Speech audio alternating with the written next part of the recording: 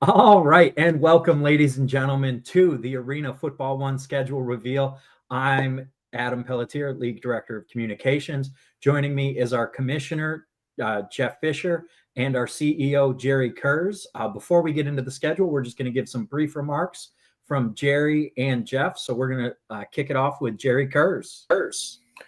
Thank you, Adam. I'm excited to be here, excited that this is our schedule release.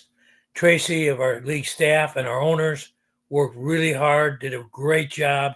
I'm excited about this schedule being released today. Under Commissioner's leadership, it's going to be a great season.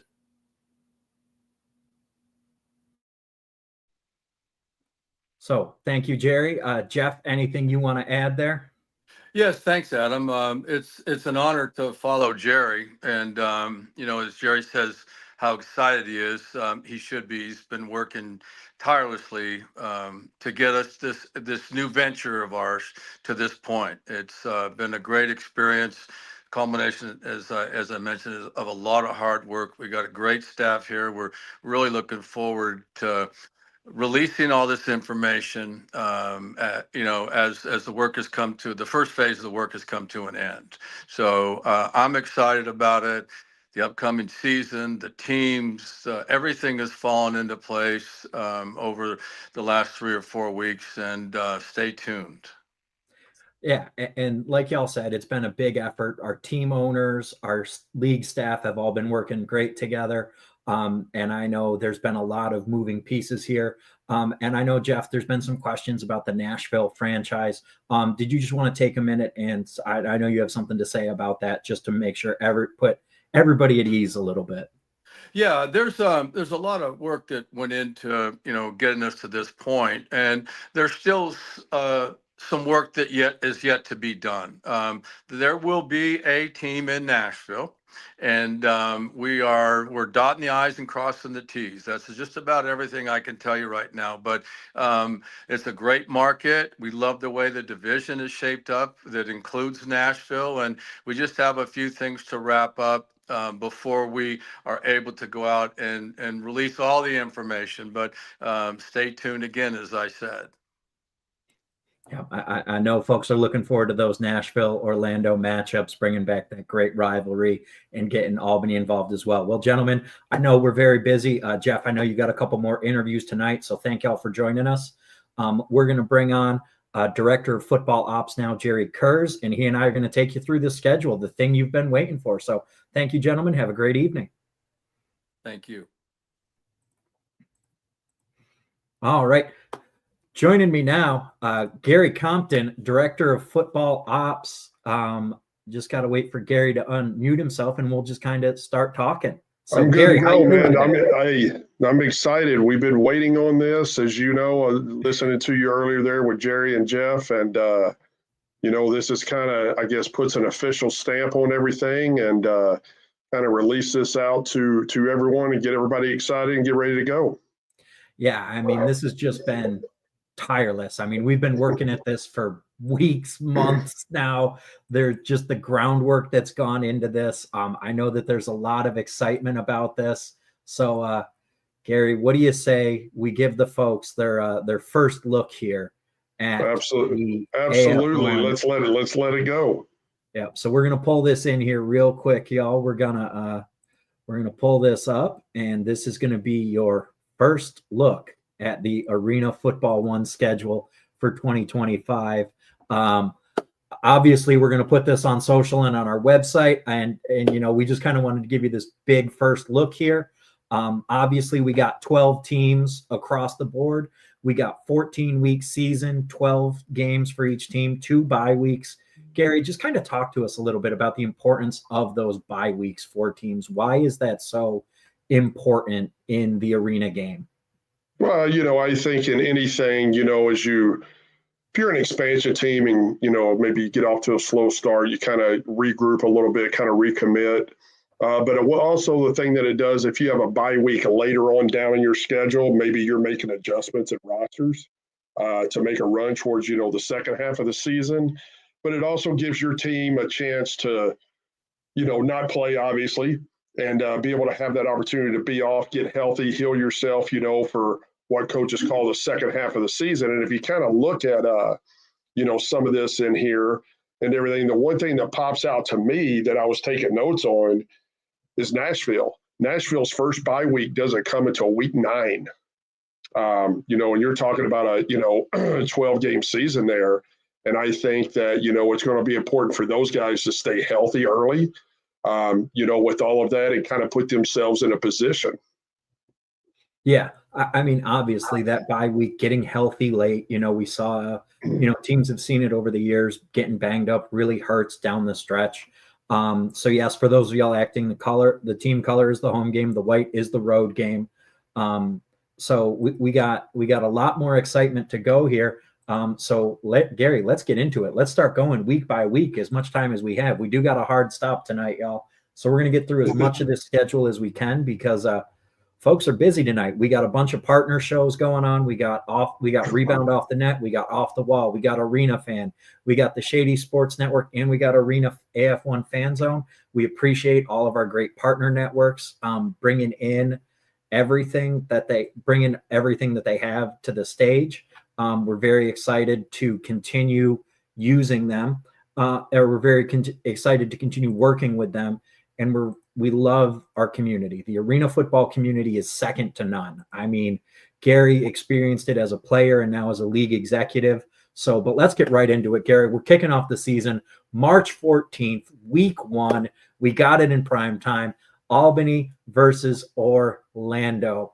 Also Billings heading out to Oregon on the 15th, as well as Nashville heading up to Wilkes-Barre. We got the Arizona Bandits heading to Washington to take on the Wolfpack. Salina going down to Corpus Christi, and Wichita heading to Southwest Kansas. So great slate of games, the 14th, 15th, and 16th. Jam-packed weekend for all of our friends and fans. Gary, what's standing out for you in week 1 here?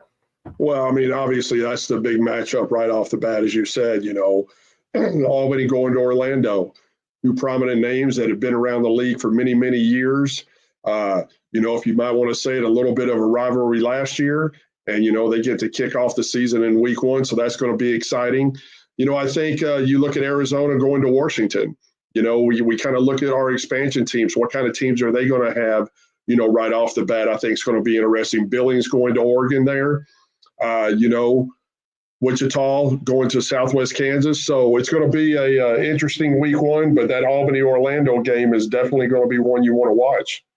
I mean, I was at that game last year, and that was a spectacular game. I haven't seen arena football played in Albany is something special. And when you see the Predators and the Firebirds take on each other, that's just great. And one game that I'm really excited for Arizona and Washington. Washington's really been putting together a really strong squad for next year.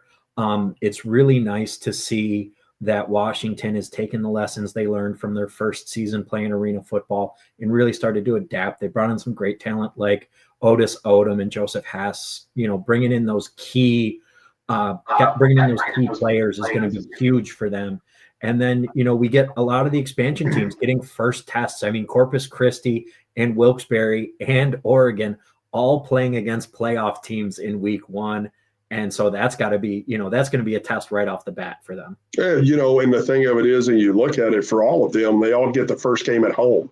So that's going to be important to get off to a good start. The fans are going to be, hopping there looking, cheering on a brand new team in their city and all that. So that'll be a lot of fun to watch. No, I mean, I know I'm excited for those games. I know folks are wondering for how you're going to be able to watch it. Y'all, we're putting the final touches on a couple different things. There's going to be multiple ways to watch the games this year. We're very excited for that. So, but just continuing on into week 2, we start early, we start off, and we got another battle of playoff teams with the Cats and the Firebirds taking on each other on the 21st. Billings heading down to Arizona on the 22nd. The Storm and the Regulators also on the 22nd, so a good double dip that day. And on March 23rd, Wilkes-Barre running the gamut early. Got to host Orlando. And then Oregon and Washington, some of these dates we are going to see a range and a gap, y'all. And that's just we have some contingencies with some arena dates. We're going to get those locked down as soon as possible. But these games will be happening those weeks. It's just a question of which day exactly, but we'll get those sooner rather than later once we get things like TV and arena dates locked in. So that way we're delivering the best product for all of our fans. So, Gary, in week 2, any game that really stands out to you here as being exciting or something that you really I like the Orlando Wilkes-Barre game. Like you said, Orlando takes a gamut the first 2 weeks, there and kind of gets their introduction to that division. I think it's going to be interesting. I know they're putting a lot of good pieces there, but to top it off, you go back to the top. They're in the East, the Nashville-Albany game, and I know we'll be saying a lot about Albany throughout, with that, but that's a tough division. That is a really, really tough division. And, you like to see that again, Arizona getting Billings, world champions coming into town.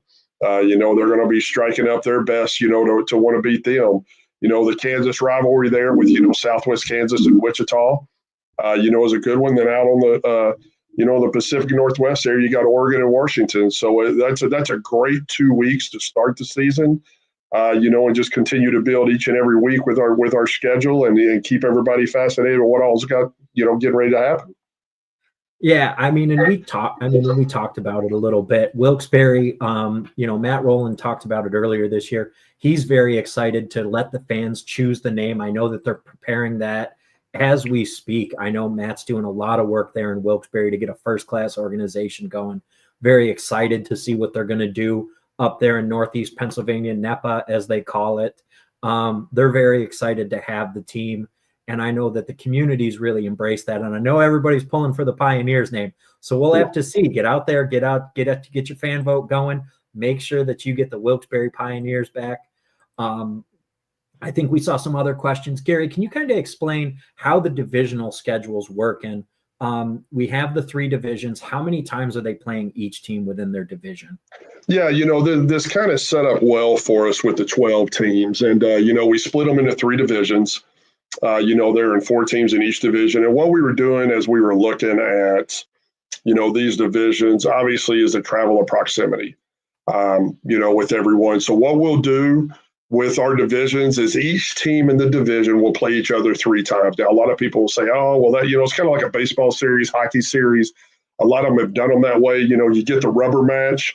And, whoever kind of has a rubber match this year, may have to, go to the other place next year. But we thought that would be good. You get those 9 games in with your division. And then, we thought it was very important to, as we started looking at the other 3 games that would make up the 12 games, is what matchups can we match that would be good? And I think, again, our front office staff, and, I got to give hats off to Tracy. She's done a phenomenal job with this. And everything, putting this thing together. And I tell you what, as you pop this up, the one big one that stands out to me is Salina and Southwest Kansas. I was at the Salina game last year, the first round playoff game, and that was a great game. Now Salina here in week 3 is going to Southwest Kansas. I know, Coach Thomas out there is doing a great job at Southwest Kansas. You're taking on a legend there, Haran O'Neal coaching at Salina. But, that's one of the big games that sticks out to me here in week 3. Southwest Kansas bringing back Matt Struck and a lot of key contributors on that defense as well. They're bringing back some of the offensive receiver talent, which is really good to see. But for me, you got 2 teams that battled it out, came down to the last play in the playoffs. Like you said, you were there. That seemed like an electric atmosphere watching on television. I think that's going to be a great game. I love a good playoff rematch. The other one that stands out to me, Wilkes-Barre gets another crack at Nashville. Mm-hmm. Again, they played in week 1. They're playing now in week 3 again. Really good to see Wilkes-Barre getting that early road test, heading on the road. And I know we're waiting for coaching announcements out of both those squads, but they are coming soon, y'all. Those are in the final stages. And again, Washington, we got another great Pacific Northwest, and Corpus Christi really getting a big test here early on. South Texas gets to play host to the world champion Billings Outlaws. So they got to go all the way from the top of the country to the bottom of the country. And I think that's going to be a great matchup there. I know Corpus Christi's got a great established history, great ownership, great coaching. Very excited to see what they do their first year playing arena football. And so, Gary, just kind of talk about some of the preparations. This director of football operations, that's, people might not understand what that job entails. Just kind of what things are you doing to prepare for this season and get everybody ready? A lot of what we're doing right now is we have weekly coaches meetings right now. We're going through, all the signings, talking about the signings and all of that, and, keeping guys up to date on the number of players that they have on their rosters.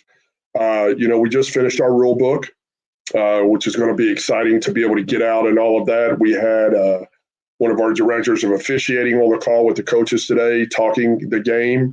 And I think that's great because it gives the coaches a chance to see it from the referee side of it. And it also gives the refs to see it from the coach's side. And they will be able to talk, answer questions, and things like that. But really the overall football ops is just making all the football part of it. Jerry, Christy, Tracy, we're a small scale crew that, does a lot of it. And, like you said, from the scheduling to, uniforms to, footballs to helping out with the venues, the buildings, getting the coaches, approving contracts. There's a lot that goes on. We all wear a multitude of hats. But I tell you what, it's a great group of people, and then obviously, last but not least with you and the media people and everything like that, putting out, great stuff that we've had and everything. It's a great opportunity for us here in the AF1. And I think a lot of people are going to be, really, really surprised with the type of product that we have and we're putting out there. Yeah, and I know some folks are asking about some specifics that's in the rule book. Y'all, we got that announcement lined up. If we give it all away tonight, y'all, you're not going to come back. We got more stuff to talk about. We're going to get the head of officiating in here. Gary, who is our head of officiating this year? It'll be Dave Chesney. Dave Chesney. Dave is, Dave goes back 35 years. I think Dave started when I first started. A great guy, just knows the game in and out, and he helped us with the rule book and everything. And we spent endless number of hours with that whole thing, going through everything, making different changes, taking things out, keeping some of the modern, having some of the old, a little bit of that. But, Dave is now, he oversees a lot of the officials in the Big Ten and things like that. And he's going to have a great group that we're going to be able to work with this year. Now, Gary, I'm gonna let you tell us this one because folks are gonna want to know: is the Deuce back? The Deuce will be back. The Deuce is loose back in AF1, Yes. folks. The Deuce Yes. is loose in Arena Football 1. And speaking of Deuces, number 2, we got a great rematch here. Southwest Kansas and Salina playing in back-to-back weeks. They're gonna, these two teams played each other tough all year, and it was really great to see how they changed as squads from start to finish in the year. And just watching them bridge. I mean, I know, Gary, you're an old school kind of purist guy. So I know seeing some of that lateral spread movement in arena, is a little weird to you. But I know for me, I love it because it's the outdoor game coming indoors and into the arena. And it's great to see the 100-yard game play influence the 50-yard game. And I think you're going to see some of it vice versa. And these two teams, embodied that in to the highest degree. Yeah, absolutely. Like you said, a rematch, you don't see a lot of back-to-backs like that, and we were able to get this one in. I think it's going to be good here in week 4. The one other one that stands out is Wilkes-Barre going across country to play Washington there. This is going to be their first really, really long road trip, here in week 4. So that's going to be interesting. And then obviously you get the, another matchup there with Albany and Nashville. And, every time we talk about it, it's, that Eastern Conference and Eastern Division, they just, it's like it just pops out at you with how they play each other, every week and everything. So, yeah, week 4 here, kind of only have 4 games. So we have some teams that are on a bye. But I think, definitely keep an eye on that Corpus Christi and Wichita game. They'll be able to go up there to Wichita and Kansas. We'll see what happens. I'm super excited for this Wichita team. I know last year they had some challenges at the quarterback position and figuring things out, but watching this roster evolve with Ed Crouch under center, he really came on for them last year. He had a massive game against Washington in his 3rd game last year to close out the season for Wichita. He and Akil Greer have developed just an electric chemistry, and I really look forward to that in year 2 just seeing them really break out. And I'm excited to see who Corpus Christi brings to the table here in their first year in arena football. I mean, and like you said, Wilkes-Barre going cross country, nothing like that cross country road trip to really get into it. And I know folks are asking about this Arizona arena as well. And, you know, we're not one to step on a team's toes, Gary. You know, we know that Arizona has some announcements lined up in the coming weeks. But just talk about, Gary, you played in the Arena Football League. You played arena football. What's it like to play in Arizona? That's kind of the, you know, one of the meccas for arena football. What's the environment like down there? You know, it's a great place, you know, and when we talk about, you know, way back in the day when, you know, Arizona 16, 17,000, you know, with that. And I know a lot of people say, oh, Arizona, another indoor team and everything. Everybody has their own niches, you know, and I think this group here, you know, out in Tempe is going to be able to do some great things. And, you know, I think they'll have a great fan base that will follow their group and all of that. And, you know, hopefully you get behind their team to have a good year. Yeah. I mean, and here, week 5, you know, we're partway through the season, y'all. We might not get through the entire schedule, but we are going to release the entire schedule tonight. Gary just has other commitments. I have other commitments to get to on shows. So we're going to do a lot of the breakdown here, but we will get it out. Don't worry. The entire schedule will be dropping and teams will be dropping their schedules here at in about 33 minutes. All teams should be publishing their schedules. So Gary, week 5, this is the game that everybody was looking for. April 11th, Billings at Albany. We get the championship rematch that we all were hoping for. I mean, Gary, I think we're all going to try to be at this one if possible, right? Yeah, absolutely. You know, last year, you know, Albany went to Billings. Okay. And, you know, and then we know what, you know, where we ended up playing, you know, for the Arena Bowl last year. And this is the heavyweight fight of the year, right here. Not we, but the teams played last year. The teams played last year. But, you know, this is the heavyweight fight right here. This is, like you said, this is what everybody's been wanting to see. And we were trying to figure out where you place this, you know, because everybody, you know, was wanting this game. And, you know, you don't want to place it too early in the season. You don't want to place it too late, you know. So we thought this fit right here in week 5 would be good. You know, Billings gets to go to Albany. That's going to be a ruckus crowd there. You know, their fans are going to be wanting some payback along, you know, with Coach Ware and them. So yeah, that's the great headliner. And like you said, hopefully we can be there in person to watch that one. I mean, I'm gonna have to talk to my wife, take off work. I need to be there in Albany for that one. I want to see that one because I know Coach Ware and them are going to be out for it. You know, we got some more divisional matchups here with Oregon heading down to Arizona. That's going to be huge. You know, we've got Orlando heading up to Wichita. We saw those two teams play last year. And that was really at the start of when Wichita was starting to emerge and get everything set. So a Wichita team that's got their experience, that's got their legs under them and really found some chemistry is going to be exciting. You got Corpus Christi with another stiff test heading into Salina. And then we wrap it up with Washington heading to Nashville.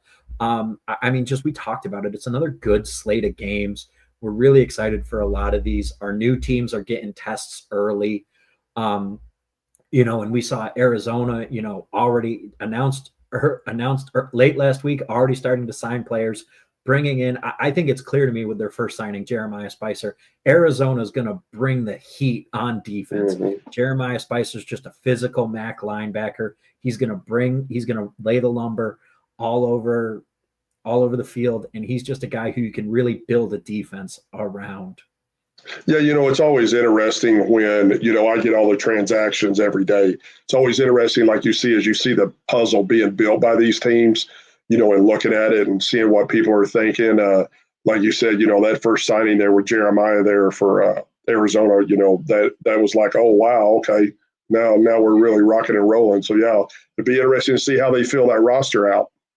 If anybody wants to know what one of the most interesting group chats is, it's Adam and Gary texting first thing in the morning when I wake up and see the signings from the night before that Gary processed.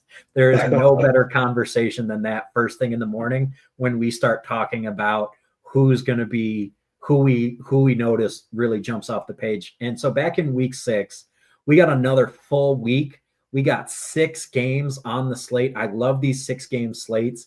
I'm really hoping we get some I'm really hoping we get some games at similar times so I can just jump one into the other because I love just, multiple screens. Let me jump game to game, get a little bit of that feel where it's exciting.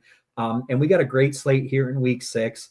Wichita and Corpus Christi. I think these two teams are going to play each other tough all year. Central Division rivals. Again, Corpus, was established in a previous league coming over. We're going to see how that transition goes. Wichita last year as a team really grew in the arena game, and excited to see them take that next step. And we got a little bit of battle of the cowboy hats between Arizona and Billings here as well on April 20th. I think that's going to be exciting. Arizona making that trip up to Metro Park. Oregon and Washington. Chuck Jones, very familiar with this Washington team, and very excited to see what he does and how he builds out this Lightning team playing in that, and how they go to Washington. Nashville at Orlando. Albany at Salina. We get a rematch of that dynamic playoff game. Gary, that was some of the most points I've ever seen scored in an arena football game, and it wasn't clear until the last 8 minutes of the game who was getting away. I mean, I think you were at that one as well, weren't you? I was not at that one. Oh, you were at Billings, Nashville that week. I was at Billings, Nashville. I know Christy was at that game. Yeah, that was an exciting game there. Now Salina gets a chance to have Albany come back to their place and play. You get, like you said, the rematch of Nashville and Orlando from the playoffs last year, so right there in the middle of the season, 2 big rematches of playoff teams. Then you get Southwest Kansas going to Wilkes-Barre. Looking at that, Wilkes-Barre, like you said, has kind of had a tough slate. It seems like every team that we're talking about they're playing was in the playoffs last year. Man, you talk about a crazy schedule. But like you said, I know they're putting a great staff together up there in Wilkes-Barre. I know they'll be up for the challenge for the schedule. I mean, and just thinking about that, Albany heading to Salina. Salina packs the pizza box like nobody else there. So I think that's going to be a hard environment for Albany to go play in. Liberty fans certainly, they proved, I remember I talked to, folks were talking about it last year that Albany, or people were questioning if Salina could score points at that high level, and Heron O'Neill and his crew came out and they put it up. They did it. They scored a ton of points, and they did it without Tracy Brooks. Tracy Brooks being back for Salina is huge. He is the motor that makes that engine, that makes that offense go. And that's exciting to see. And then Nashville and Orlando. I mean, Orlando with Andre Sale in the fold. I mean, Andre Sale has been a dominant 50-yard quarterback for a couple years now, and he brings over some receivers that he has familiarity with. I think that Orlando team, although it's got some new looks at the receiver and quarterback position, I'm excited to see that team really play. I think Coach Burst did a great job there with personnel.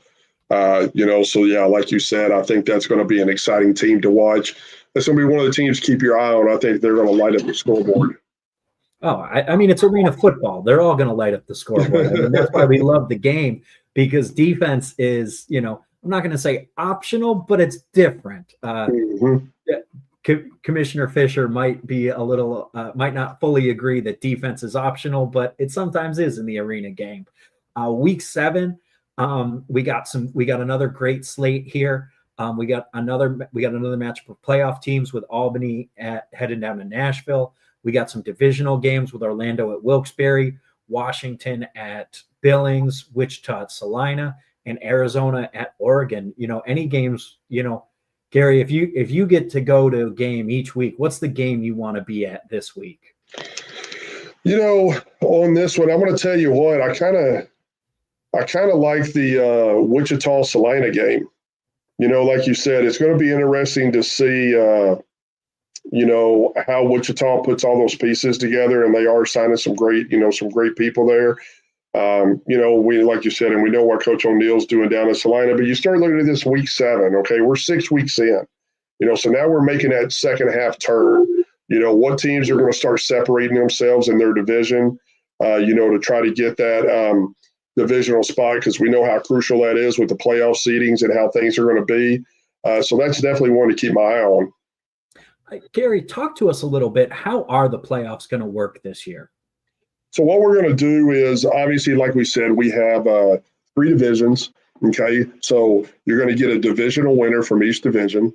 All right, and then you're going to get the next 3 best records. So we're going to bring 6 teams into the playoffs.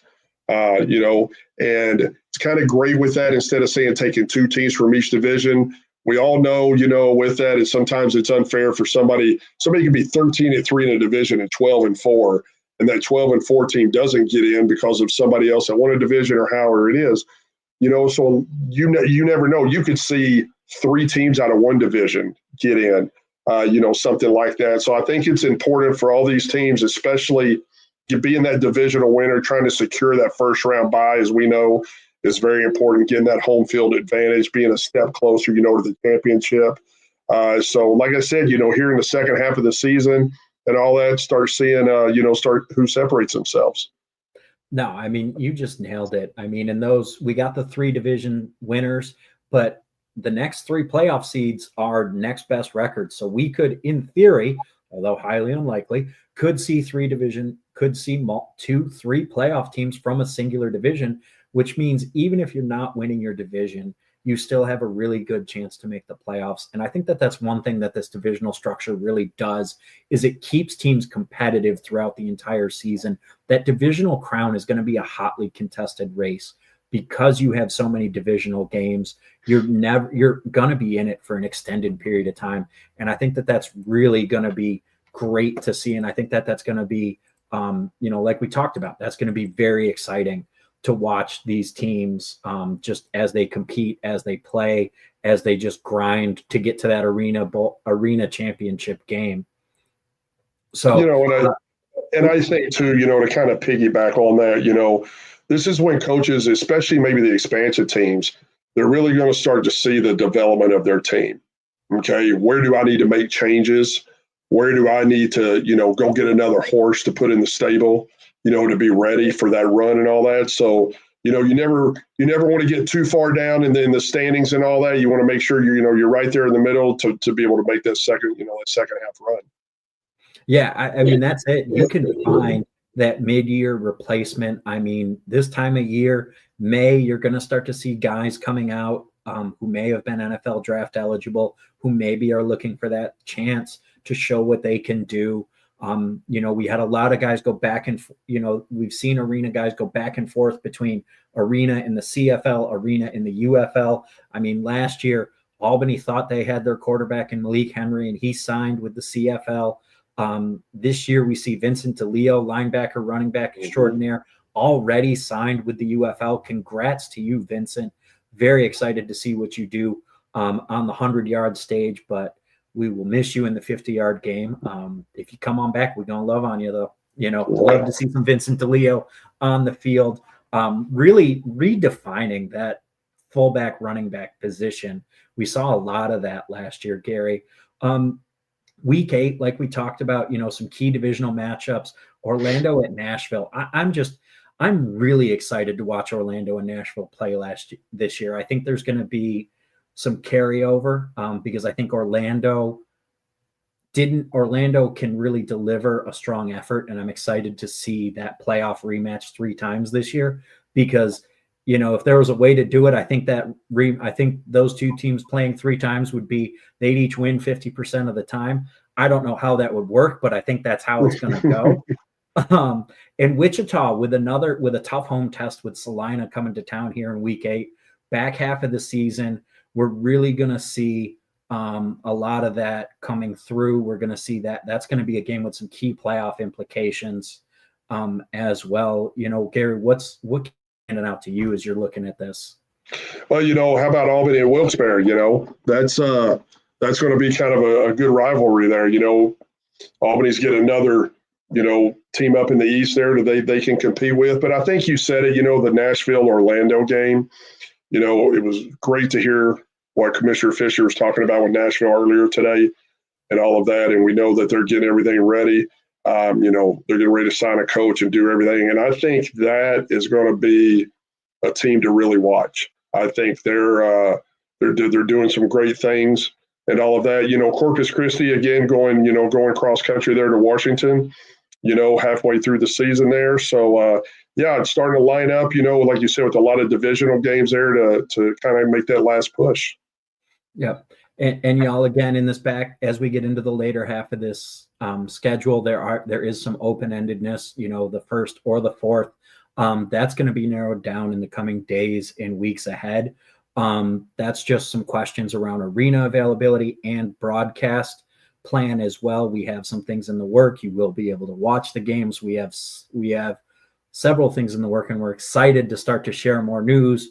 We're not going to give it all away tonight, but there's going to be a lot of news come in the coming weeks from our teams, from our league, and we're all just really excited. We're going to get through a couple more weeks here, but then I got to let Gary go because Gary's got an interview with some of our partner networks coming up. Y'all, just thank you again to Off the Wall, Rebound Off the Net, AF1 Fan Zone, Arena Fan, and the Shady Sports Network. We're very excited to be partnering to bring this awesome schedule release show tonight.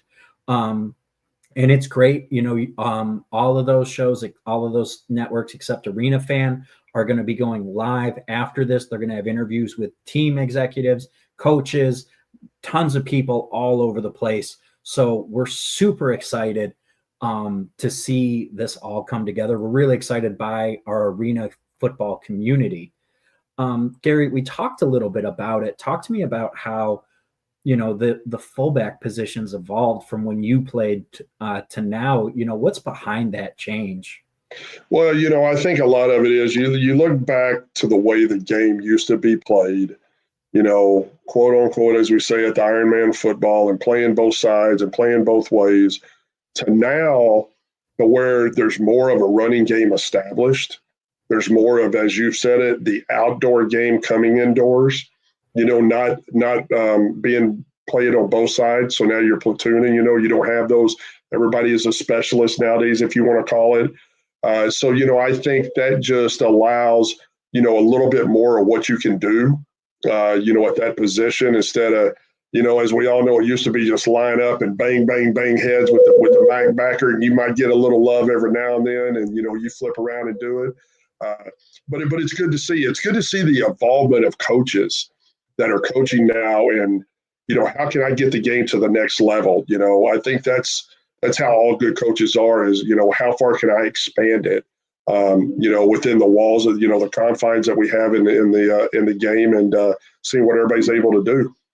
Yeah, I mean, I think that's just great. I mean, the game and going through the evolution when it mirrors the outdoor game, I think that's best, because this is a league of opportunity. This is a league of opportunity for the players, for the coaches, for executives, for everybody across the board. We're all passionate about this game that we love, but and if this leads to another opportunity, we'd love that. But we really love building this game, building this and driving this. So giving players that connection, 100-yard game to 50-yard game, I think is really key.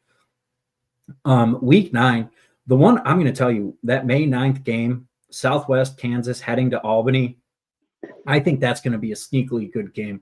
Coach Gary Thomas is really, you talk about coaches evolving. He had never coached a 50-yard game in his life last year, and he led his team to the playoffs. And I'm really excited to see the steps he takes in year 2, because how Southwest Kansas ended the year was not how they started the year. They ended the year on fire, and they played Albany early last year. I think with some time this year for their team to gel and develop, I'm very excited to see how Southwest Kansas plays a tough Albany team at home this late in the season. Yeah, that will be, as we get into like you said, the latter part of it, and, them going in. The other one that I'm really interested in is the Oregon at Billings. Like you said, I know Coach Jones up there is, putting together a great staff and some great talent in there, and you're going in to try to knock off the world champions. And I know that's going to become a little bit of a rivalry there from what I've been hearing a little bit between some folks. So that's going to be a good one, Then again, as we always see it, and you look at Wilkes-Barre, and boom, it's popped up. They're going to Orlando, and being able to play out there in Orlando here in Week 9, it'll be really interesting, like I said, to see what they do. And you have to admit it, that's a gauntlet schedule they're running. They're in what might be one of the East might be just from the toughest straight up. Yes. Just from a straight 3 teams made the playoffs that are in the East in Yeah. their previous league. So seeing that sort of schedule is going to be hard for a new team in Wilkes-Barre. But again, we like what that organization's doing behind the scenes. We're excited to see these announcements start to come out. And I think that when that team is revealed and the coaching staff and everything else starts to come out, I think that's going to really surprise some people. And Wilkes-Barre's going to have a puncher's chance in that division because they're going to be able to sign. They're signing talent, and they're getting ready to sign some talent, and they're going to have a good coaching staff, and that's really going to give them a chance in a tough division. All three of these divisions are going to be incredibly competitive because you have returning teams, you have new teams, and you just have a lot of things like that. And, again, we saw some questions in the chat about how much did the potential broadcast partner influence this schedule. That's definitely a part of our thinking. We want to be good partners to any potential broadcast partner. So we want to make sure that there's some options as we get things going. So we're very excited for this. We're very excited. We're gonna do week 10 here, and I think we're gonna have to call it after that so Gary can get to his next show and we can allow our partners to get theirs. Week 10's light. Maybe we'll get week 11 in as well. So week 10, we got a light schedule, just 3 games. So we're gonna make the best of it here in mid-May. So we got a Salina Billings game. Very excited to see those 2 teams play, 2 playoff teams. We got the Cats heading out to Oregon. That's going to be great. And we got another divisional rivalry between Wichita and Southwest Kansas. Obviously the Salina at Billings, and 2 reasons. Ron O'Neill's from Billings, coached there way back in the day, lives there in the off season, okay, and is very, very good friends with Coach Walker. So see these 2 go at it there in Billings, and Salina being able to have a chance to go back there. Week 10, that's a pivotal part of the schedule right there. That's gonna be interesting. Then, like you said, Nashville having to go across country, okay, there to Oregon and playing them, and then you get the the Kansas rivalry there with Wichita and Southwest Kansas. Like you said, it is a light slate there on week 10, but some good matchups. No, I mean, I think we're in the later part of the season, so the playoff implications are going to be huge. It's going to be great to see. It's going to be exciting television, and we're going to have at least 2 of those games on the same day. So you're going to get to enjoy some nice May weather and some arena football. It's the best of both worlds for that weekend. So we'll do 1 more week, and then we're going to have to get going. So week 11. All right, week 11, we got another 6-game slate. So we go from a light slate to a packed slate. Very excited here. So week 11, Wilkes-Barre, Albany. We got to come up with a good name for that one. Going up and down 87. We got to come up with a bang up name for that. I know we're working on that. I talked to Jeff Levac in Albany a little bit about coming up with a good nickname for that rivalry because you got to have a rivalry. If it's a bus trip, you got to have a rivalry name for it. Nashville Cats heading out to the West Coast, taking on the Bandits. Billings and Washington, another great matchup. Corpus Christi and Orlando, very excited to see those 2 teams go at it. You got Oregon and Wichita going at it, and you got the Storm and the Liberty playing again. Another exciting playoff matchup. Yeah, you have some divisional games, and you have some out of division games here. Like you said, interesting that Corpus Christi Orlando game, should be a good one. Oregon at, Wichita, there's another one. Nashville having to go to Arizona in week 11. And then, like you said, obviously, when you're playing that close together with one another, bus trip, whatever you call it, you got to have a name for it. I remember Orlando and Tampa, it was the war on I-4. You always have something like that. So that'd be something good. I'm sure they'll be able to come up with, and even with the Kansas teams, being able to, have some sort of trophy that's given, to each one, kind of have that rivalry with that. But yeah, that'd be interesting here week 11, the second to the last week of the season. No, I mean, I think that's going to be huge here. That's going to be a great way to close as we head into that, into the end of that season. Again, just an exciting packed schedule. Y'all, I know you want us to show you the rest of it. Don't worry, we're going to be posting it. Teams are going to be posting it shortly, their schedules as well. So check out your favorite team. We're going to put everything up. Don't you worry. We just got to get going. Season tickets, Gary, I know that's something folks are excited for. Season tickets are handled at the team level, so pay attention to your favorite teams. Pay attention to your favorite team's social media. I know Oregon announced that season tickets are going on sale. I think a lot of our teams are announcing their ticketing sales now.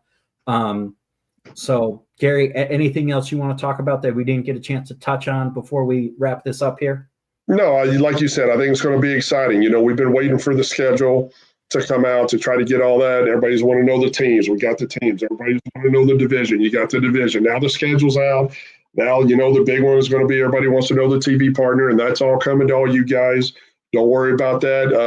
It's going to be electrifying. I think, you know, like we said, it's already the end of November already.